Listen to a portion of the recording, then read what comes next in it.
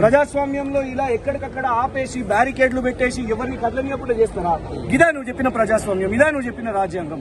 నువ్వు చెప్పినావు కాబట్టి మేము చేస్తున్నాం. నువ్వు మాకు ఆ హక్కు ఇచ్చినావు. అయ్యో గొప్ప రేవంత్ రెడ్డి గారు, ఏమీ ఫీల్ గారు ప్రజాస్వామ్యంలో పూర్తిగా నిరసన తెలుపొచ్చు అని ఇవాళ నిరసనగా దిష్టిబొమ్మ తగలబెట్టింది. విచారణ అక్కడ అనేది అర్థం కాకుండా ఈ రోజు పోలీసుల మోహరింపు తెలంగాణ భవన్ దగ్గర గాంధీనగర్ లో మరి వారు ఎక్కడికి వస్తారు? కేసీఆర్ గారు ఏమన్నారు? నేను అవైలబుల్ ఉన్నాను, మీరు చూసుకోండి, మీరు ఎక్కడైతే చేస్తానన్నారో మీరు చట్టాన్ని ఉల్లంఘించిన కేసీఆర్ గారు సాక్షిగా హాజరు కావాలంటే కాంగ్రెస్ నాయకులు మాత్రం దోషిగా చూపిస్తున్నారు. ఎంతవరకు కరెక్ట్? వాళ్ళకి అవసరం కదా, ఇలా రాజకీయం చేయాలి కదా. అయ్యో మీరు ఎక్కడి దాకా పోతున్నారు? దోషి సాక్షి కాదు, వాళ్లకు ఛాన్స్ ఇస్తే ఉరిదిద్దామని అనుకుంటారు కేసీఆర్ గారిని. పొద్దున్న లేస్తే చనిపోవాలి, మక్కిలు ఇరిగిపోయినాయి, నేను ప్రమాణ స్వీకారం చేయగానే ఆయన మంచం ఎక్కిళ్ళు, ఇవే కదా డైలాగ్స్. సో ఆల్రెడీ ఇక్కడ వాళ్ళే కోర్టు నడిపించేస్తున్నారు. అందుకే లీకులు వస్తాయి. ఇవాళ సాయంత్రం ఏమి లీకులు వస్తాయో. కేసీఆర్ గారు కూడా చెమటలు పడ్డాయి, కేసీఆర్ గారు కూడా నీళ్లు తాగుతున్నారు. ఇలాంటి చిల్లర లీకులు ఇవాళ కూడా వస్తాయి. బీఆర్ఎస్ నాయకులకు అనిపిస్తుందని కూడా మాట్లాడుతున్నారు. ఎవరు? కేసీఆర్ గారు ఒకసారి అరెస్ట్ అయింది, తెలంగాణ రాష్ట్రం వచ్చింది. ఒకసారి అరెస్ట్ చేసింది ఈ పోలీసు వాళ్ళు, ఆ రోజు తెలంగాణ రాష్ట్రం వచ్చింది. ఇవాళ మళ్ళీ అరెస్ట్ చేసి చూడండి, కేసీఆర్ గారు ముఖ్యమంత్రి అవుతారు. 160 సిఆర్పిసి ప్రకారం ఖచ్చితంగా 65 ఎబో ఏజ్ ఉంటే వాళ్ళు ఎక్కడంటే అక్కడికి వెళ్లి చేయాలి అనేది లాలో ఉన్నది. వీళ్ళు ఎందుకు దాన్ని వ్యతిరేకించి మరి ఉల్లంఘించి చేస్తా ఉన్నారు అనుకోవచ్చు. మన రాష్ట్రంలో లా నడుస్తున్నదా? లా ఇంప్లిమెంటేషన్ ఉన్నదా? కళ్ళు మూసుకొని ఉన్నది లా. స్పీకర్ గారు ఆల్రెడీ కళ్ళ గంతలు కట్టేసుకున్నారు, చూసినాం కదా. నిన్న కదా ఆయన గద్వాల్ కృష్ణమోహన్ రెడ్డి జై కాంగ్రెస్ పోటేయండి అని అంటారు. నిన్న మున్సిపల్ ఎలక్షన్స్ లో అందరినీ చూస్తున్నాం, జగిత్యాల సంజయ్. ఆఖరికి కాంగ్రెస్ బీఫారం నుంచి నిలబడ్డ దానం నాగేందర్ కూడా నేను బీఆర్ఎస్ అని చెప్పబట్టి లాని చింపి ఎక్కడో పెట్టేసుకున్నారు వీళ్ళు. ఇలా రాహుల్ గాంధీ గారు సిగ్గు తెచ్చుకోవాలి. ఇంకొకసారి నువ్వు తెలంగాణలో అడుగుపెట్టినప్పుడు రాజ్యాంగము, సంవిధానాన్ని ఇలాంటి చిల్లర ముచ్చట్లు చెప్పకు. నీ నోటిన సెట్ కాదు. దయ్యాలు వేదాలు వల్లించడం అంటే ఇదే.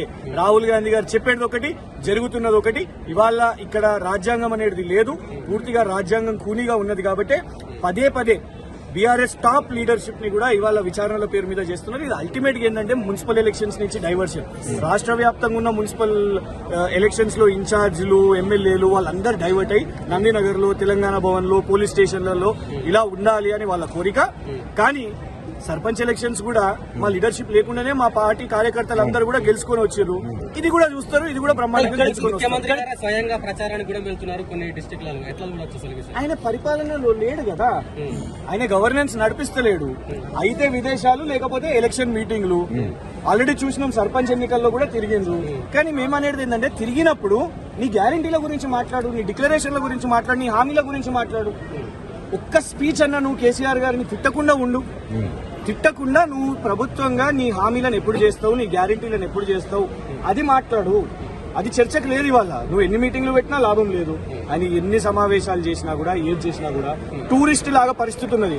ముఖ్యమంత్రి గారు తెలంగాణలో ఉన్నారా, బయట ఉన్నారా, ఉంటే ఏ దేశంలో ఉన్నారు, లేకపోతే ఢిల్లీలో ఉన్నారా, ఎక్కడున్నారు అనేది తెలియాలి. ఆయనే అన్నాడు కదా, నేను 24 గంటల్లో ప్రతి గంట పనిచేస్తున్నాను. గత వారం నుంచి తెలంగాణకి ఏం ఉరగబెట్టి చెప్పండి. దావోస్ నుంచి ఏం పట్టుబడులు వచ్చినాయో చెప్పలే. ఎందుకంటే వస్తలేవో, అవన్నీ బోగస్ కాబట్టి మనం లెక్కన్ని బయట పెడుతున్నాం. అందుకే వీళ్ళు ఎక్కడ తీస్తారు అనేసి ఈసారి కొత్తగా ఏం చేసిందంటే పెట్టుబడుల గురించి చెప్పలేదు. అట్లా యూకే ప్రైవేట్ జెట్ లో పోయిండండి. మేము సూటిగా అడిగినాం, 3 రోజులు నువ్వు ఎక్కడున్నావు, తుమ్మినా దగ్గినా నీ ఫోటో పడాలి. నువ్వు అక్కడ ఏం క్లాసులు నేర్చుకున్నావో తెలియదు, కానీ అక్కడ ఉందో లేక ఫోటోలు దిగి పెట్టినావు.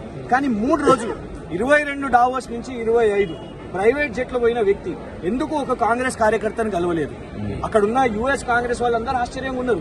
ఎందుకు ఈయన కలుస్తలేడు, ఎందుకు ఆ ప్లాజా హోటల్లో ఎవరితో ఉన్నాడు, ఏం చేస్తున్నాడు అనేది వాళ్ళకు ఆ పూర్తి అనుమానాలు ఉన్నాయి. 3 రోజులు ఒక ముఖ్యమంత్రి కనబడకుండా ఉండడం, ఎక్కడున్నాడో తెలియకుండా ఉండడం. పొద్దున్న లేస్తే మమ్మల్ని అంటూ, మా కేసీఆర్ గారు నీలాగా విదేశాలు తిరిగారు, ఇక్కడనే వారి నియోజకవర్గంలోనే ఉంటారు. కానీ నువ్వు విదేశాల్లో ఉండి సడన్ గా అయోమయం ఇట్లా గాయమైపోతే ఏం జరుగుతుంది అనేది ఆలోచన.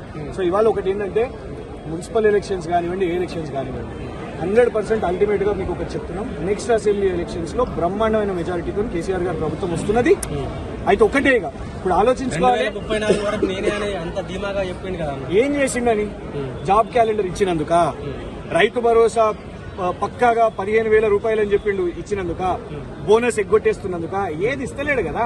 అటు రైతు భరోసా లేదు, జాబ్ క్యాలెండర్ లేదు, బోనస్ లేదు, ఇంద్రమ్మ ఇల్లు లేవు, అన్నిట్లో స్కామ్ చేస్తున్నందుకు ఓట్లేస్తారు, స్కామ్ చేస్తున్నందుకు ప్రభుత్వంలోకి వస్తారంటే నిజంగా అందరు నవ్విపోతారు. ఓట్లు కాదండి, ఒక పరిస్థితి వస్తుంది. వాళ్ళు పెద్దలు ఒక ఎమ్మెల్యే గారు చెప్పారు, ఎండ్ల లక్ష్మి గారు అనుకుంటారు, ఎండ్ల లక్ష్మీనారాయణ రెడ్డి గారా, మహబూబ్ నగర్ ఎమ్మెల్యే. వారు ఏమన్నారు, నాకు తిరగడానికి సిగ్గేస్తున్నది, 1,00,000 రూపాయలు కూడా ఖర్చు పెట్టలేనని అన్నారు.